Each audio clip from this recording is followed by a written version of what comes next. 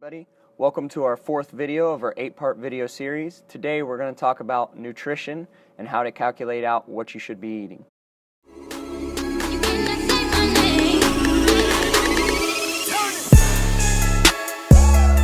Hey everybody, so this is Chris Schaefer here. Today we're going to talk about, in this video, our nutrition guide. So this is a nutrition guide that I created. Gives you kind of a layout of how you should be eating, what you should be eating, etc. So it's more of the refined, telling you what to do. It's not an end-all be-all guide, but it is a good kind of overview, general guideline. Okay. So the first part of it is talking about the importance of nutrition. Something we kind of touched on before, but this is definitely something you should take a look at, read over. Next thing it talks about are the 3 main diet choices. So most people fall in these 3 categories here.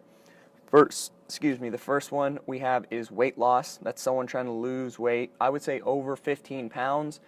If you're trying to lose 15 or less, you're more in the second category. But if you're trying to lose a bunch of weight, this would be number 1.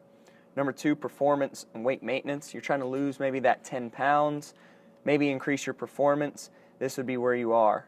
Increase your output at the gym, things like that. Third one would be gaining lean muscle. If you're trying to gain some weight, put on some lean muscle mass, this would be your third category.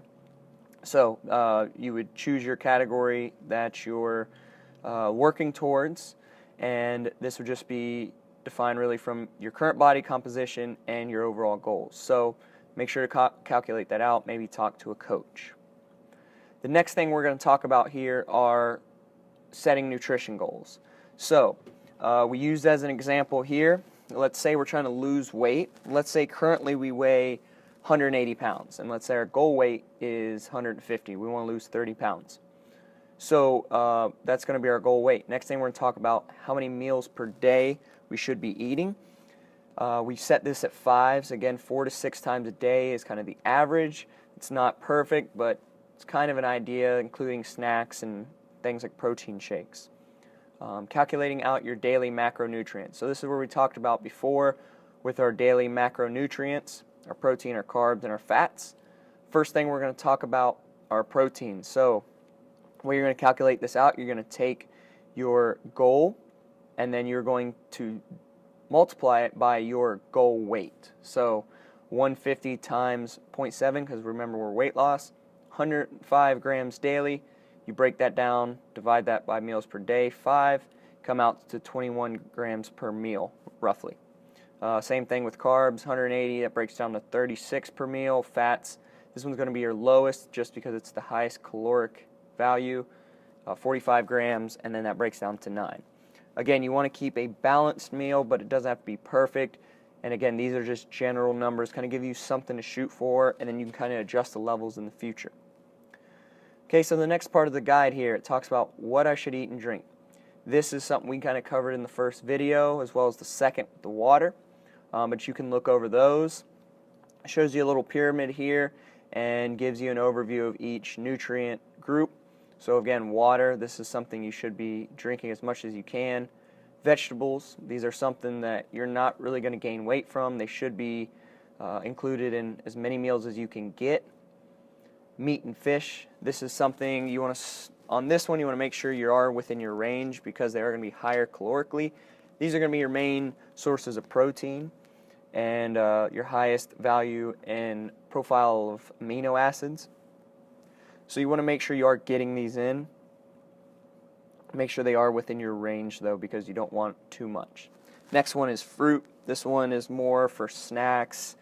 They are good. They do have natural sugars, but in my opinion, that's not that big of a deal unless you're really, really overweight, you're pre-diabetic or even diabetic. You don't want to have that as much as possible, but if you're eating them for snacks, no big deal. Number 5, nuts and oils. These are going to be your fats, but they are limited because they do have a high caloric value. Last one is spices. These are limited, more just to season your food with, and you want to make sure to avoid the heavy salts, the kind of pre-made mixes and seasonings that have a lot of salt, because that's going to absorb water, kind of raise obviously your sodium levels, so you want to watch those. Last part of the guide, it talks about the types of macronutrients. So we're going to give you some examples of what you should be eating. Again, these obviously are not everything, but it just gives you stuff to go by so you kind of can visualize that macronutrient. So carbs we break down into 3 categories. All 3 of these, yes, are carbs. So you have your vegetables, obviously you know vegetables. You have your fruits. I'm sure you can tell the difference of fruits. Then you have your starches. So these are where most people, when they say they're cutting carbs, this is really what they mean. More they're trying to eliminate starches in their meal, which if you're looking for weight loss, yes, you want to watch these. Maybe not necessarily remove them completely, but you do want to limit them at least.